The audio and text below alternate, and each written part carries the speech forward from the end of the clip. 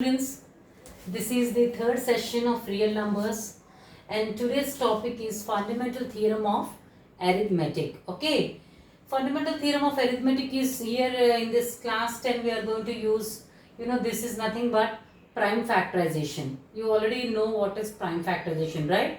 We do that, prime factorization method to find the prime factors of a composite number. What's a composite number? Number having more than two or more than two factors. So this fundamental theorem states that a natural number, what's a natural numbers, right? Except one is either prime or a composite number. You already know natural numbers are either prime except one, except the digit 1.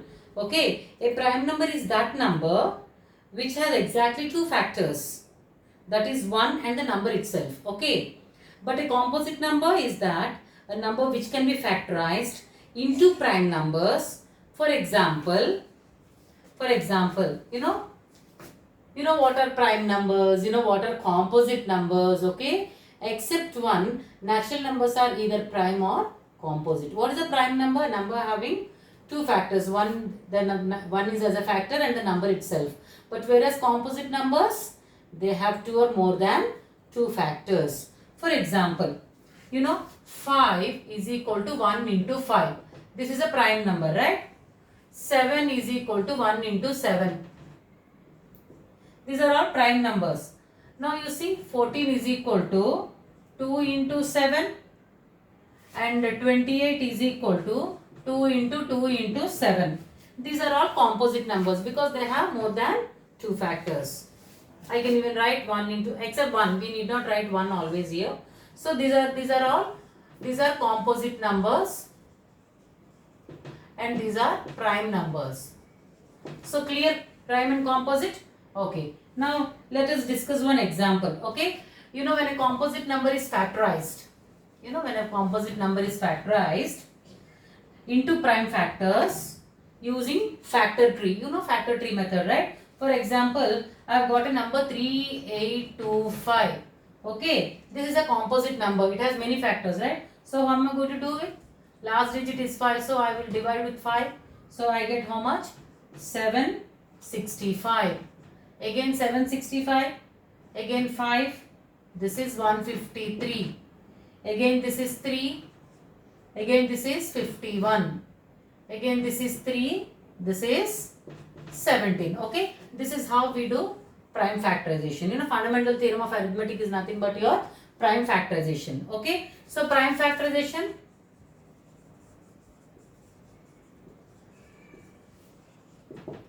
Prime factorization of 3825 is equal to, how do you write? 5 into 5 into 3 into 3 into 17, or as the prime product of the powers of the digits, 5 square into 3 square into 17 to the power of 1. You see, we use factor tree. This is factor tree. Prime factorization by factor 3. Okay, fine. So it is also expressed as the product of the powers of primes. The product of the powers of the primes. They are unique. Basically in whatever order they occur, which is bigger here, 9, then this is 17, this is 25. The order, multiplication, it's different. So they are very unique.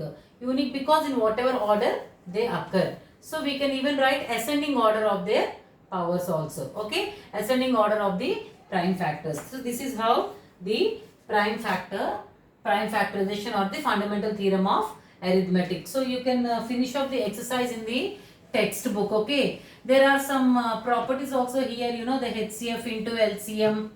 Okay, you might be knowing all these things, but I'll just give you one more example about the HCF. HCF of A comma B into LCM of A comma B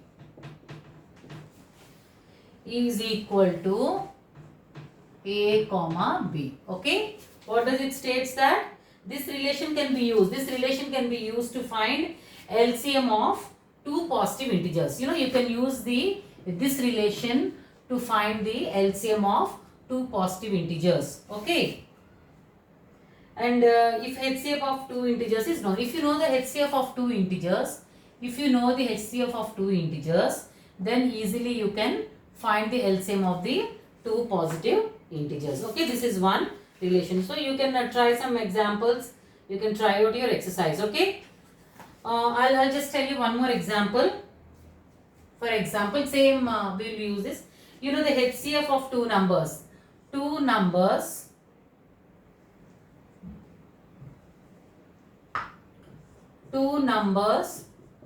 HCF is equal to 27. It is 23.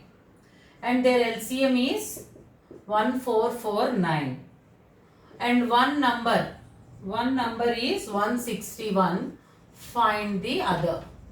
Okay. There are two numbers. HCF is given as 23 and their LCM is also given as 1449. And one number is 161. You have to find the other number. It's very easy. I think you have already done this.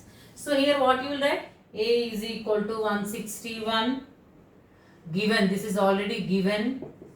And HCF is equal to 23. And LCM is equal to 1449. Okay. So how do we know that? A into B is equal to HCF of A comma B into LCM of A comma B. So you substitute 161 is equal to 161 into B, because one number is 161, into B is equal to 23 into 1449. Okay. So now you just solve here. B is equal to how much? 23 into 1449 by 161. So how much that would go? I will get B is equal to, therefore the other number B is equal to 207. So this is how you find out you can use fundamental theorem of arithmetic, only prime factorizations, HCF and LCM. You already learned this. This is very simple. Okay. Next. The next topic is proving irrationality of an irrational number. I have to show that, I have to prove that a irrational number is irrational. You may ask, teacher, what is this? Irrational number is already irrational only, no? So how you will tell irrational number is irrational? Okay, I have to show that. I have to prove the irrationality of an irrational number. Okay. Now, I will tell you how to prove. Okay, I have to prove that root 2 is irrational. I have to prove that root 2 is irrational. Proving irrationality. You know, this is another topic. The another topic is proving irrationality. Proving irrationality of an irrational number.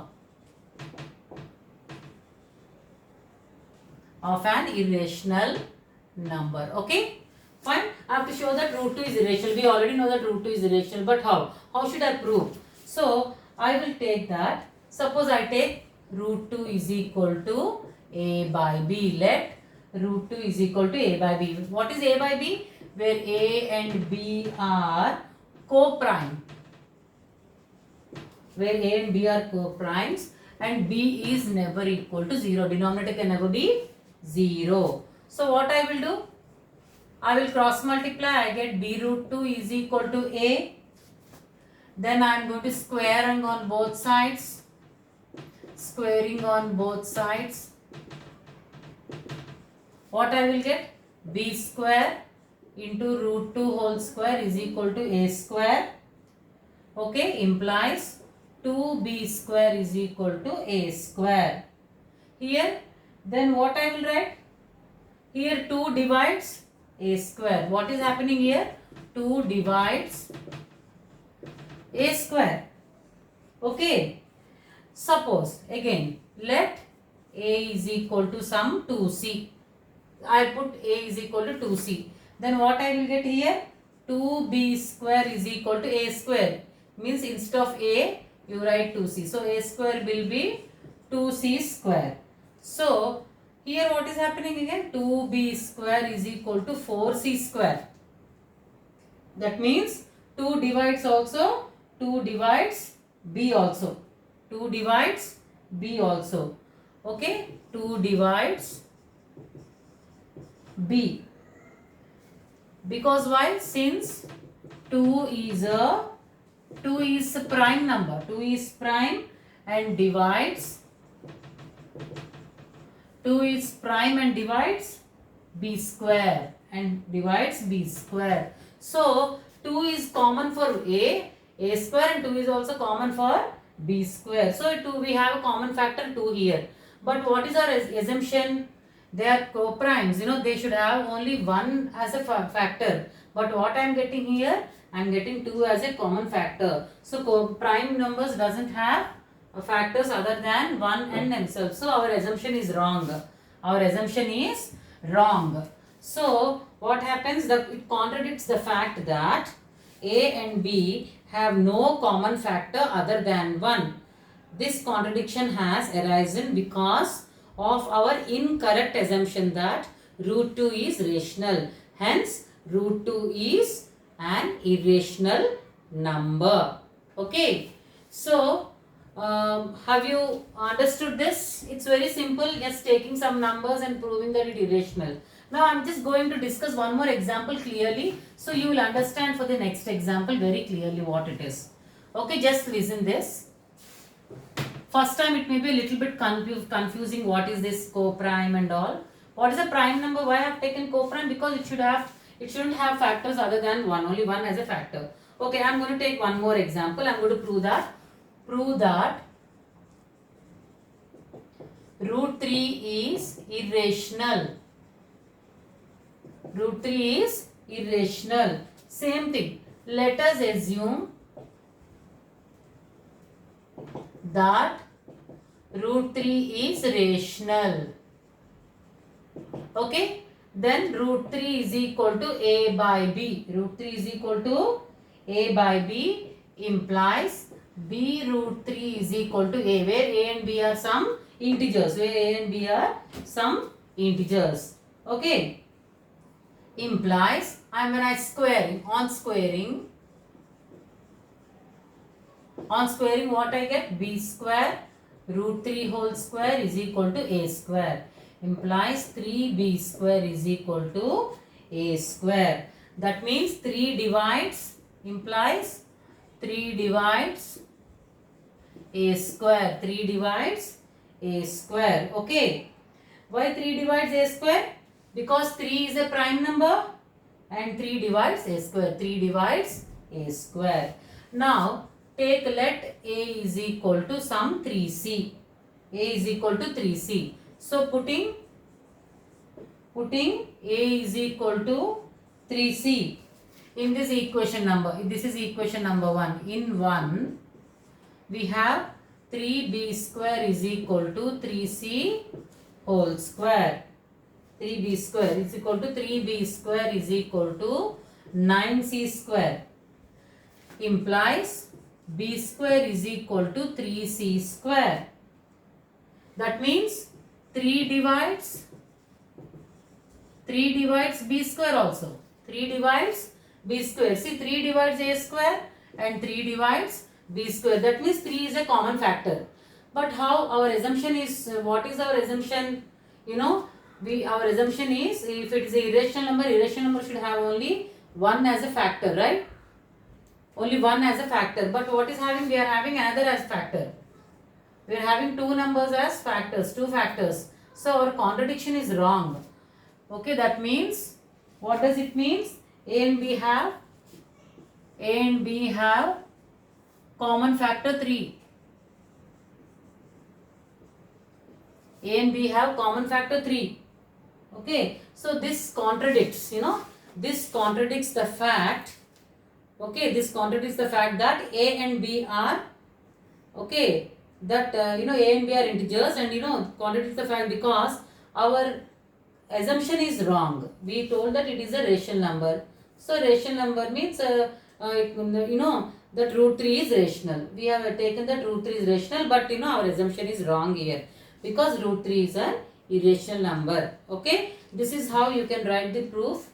You can solve couple of sums in your textbook. Okay, and in the next session we are going to discuss one more topic, the last topic of the chapter. So you finish off your exercises related to this chapters. Okay, until then, stay safe, stay healthy, complete your work on time. Okay, thank you.